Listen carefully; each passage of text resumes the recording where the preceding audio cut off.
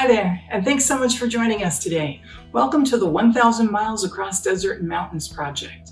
My name is Robin, and we're so excited to have you with us on this journey. I wanted to take a few minutes to introduce you to the 1,000 Miles project. The project is based on the diaries of George and Josephine Scott and the 1,000-mile-long trek they made across Nevada in 1914.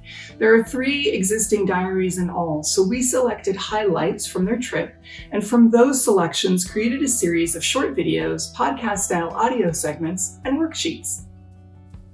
Our hope is that while our world is disrupted by COVID and many of us are stuck at home, we can learn about Nevada and its history through the adventures of George and Josephine and visit some new places in the process. So let's talk about how this adventure is going to work. Each video segment will reflect on a passage. You can either read the passage or listen to the podcast in advance. In each video, we'll look at where George and Josephine have been, where they're going, and we'll go over some vocabulary pulled from the diary passage. Then, and this is pretty cool, we'll have a guest speaker. Our guest speakers will teach you about writing and art and mining and desert reptiles and so much more. You'll see how history can spark so many ideas and interests. Before we go any further, let's talk about diaries. Sometimes they're called journals. You might already be familiar with diaries and journals. Maybe you already keep one. What you might not be aware of is that a journal or diary is considered a primary source. So what is a primary source and why are they important? A primary source is a first-hand account. First-hand means from the first or original source. So for example, George and Josephine wrote about their experiences while they were on their trip. Primary sources help us understand history from the perspective of the author. They are real and personal, and as such, primary sources are valuable historical references. Right now, we're going to catch up with Dr. Kim. She is the Director of Special Collections and University Archives at the University Libraries, which are at the University of Nevada, Reno, and the place where George and Josephine's very special diaries are kept safe and sound. Dr. Kim is going to help us understand the difference between primary and secondary sources, so stay tuned. Hi, I'm Kim and I'm in charge of the archives at the University of Nevada, Reno. I'm here today to talk to you a bit about archives and to explain what primary sources are. So, what are archives?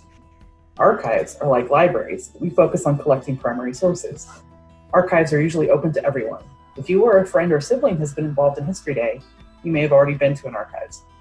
Archives and the primary sources they hold help us understand things like the causes of past events, how people in the past understood their world, how the past is different from the present, and how the past might impact future choices.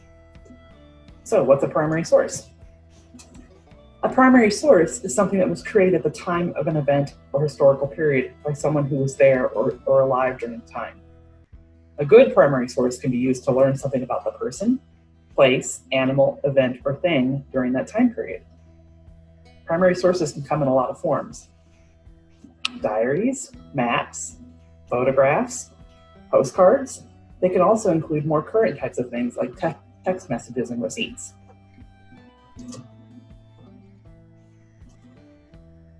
In this example, we see a photograph of 3 suffragists taken by someone who is alive at the same site as the picture. Suffrage is the right to vote. There have been many movements to expand the right to vote across history.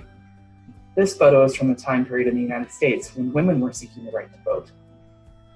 It is a good primary source because it tells us that suffragists in this area were handing out brochures, carried flags, and dressed with sashes. So it tells us something about the suffrage movement and how people participated in it. What else do you think you can learn from this image?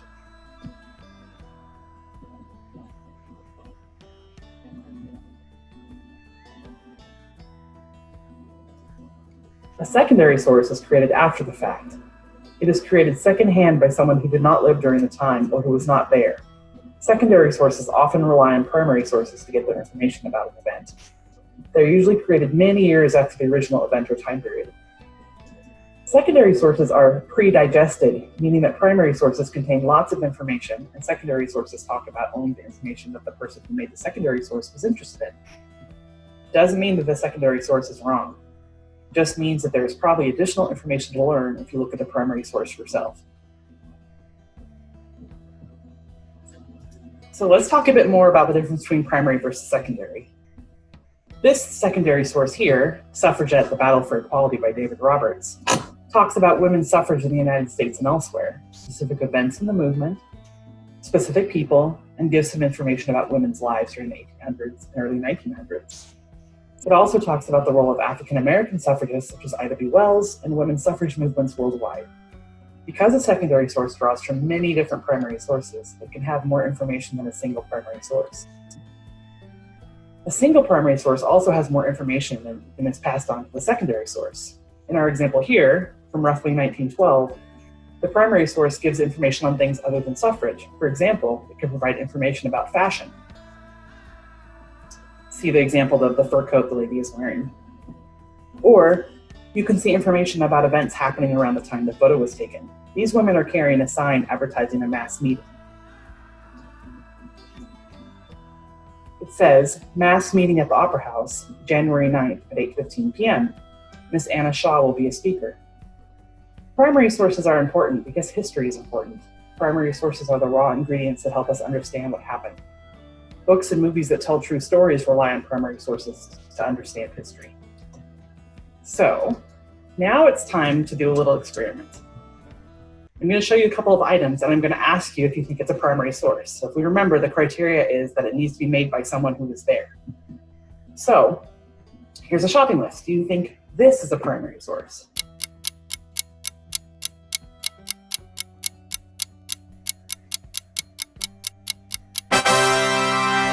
Yes, it's a primary source. A shopping list is created by someone who was involved in the shopping trip in some way. So they were alive at the same time as the event being the shopping trip. Let's try another one. Here's a person with a birthday card. Do you think this is a primary source?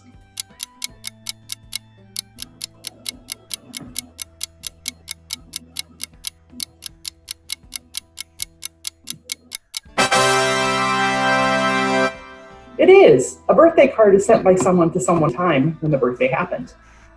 Okay, let's do another. Here's an old book on ancient Greece. Is it a primary source?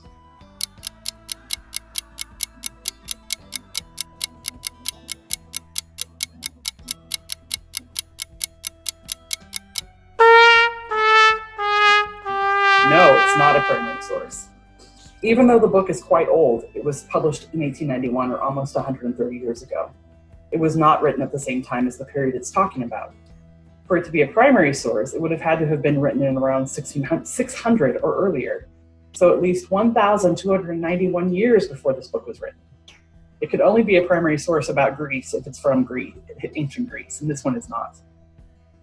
So, as you travel with us on George and Josephine Scott's journey across the desert, you will get to learn directly from a primary source what prospecting in 1914 was like.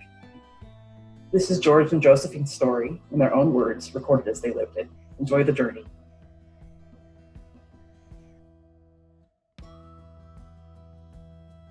Thanks, Dr. Kim. Now that we're clear about the difference between a primary and a secondary source, what's next? Well, remember how we talked about diaries being a valuable historical reference? We'd like you to keep a diary while we're on this adventure together. Diaries are an excellent reference anytime, but we're in the middle of a historic pandemic, and your diary might one day in the future be a valuable historical reference to a researcher trying to understand what life was like in 2020. Your diary or journal doesn't need to be fancy. It can be store-bought or homemade. It can have blank pages or lined pages. It's really up to you. What's most important is that it is the place you keep your notes, your thoughts, your memories, and your doodles. Not sure what to write in your journal? Don't worry. Each episode activity sheet will have writing prompts to get you started. And there it is, no right or wrong, because it's your perspective that you're capturing. There are two other things we'd like you to do while we're on this adventure together. Stay curious and have fun. And feel free to ask questions along the way. We're all here to learn together. So that's it for this introduction. Get your journals ready and join us next time when we start our 1,000 miles of desert and mountains adventure. Chrissy Klenke will be our guest speaker and will teach us all about maps. If you have questions, feel free to post them in the comments section. And if you want to share pictures of your diary creation, we would love to see them. See you next time.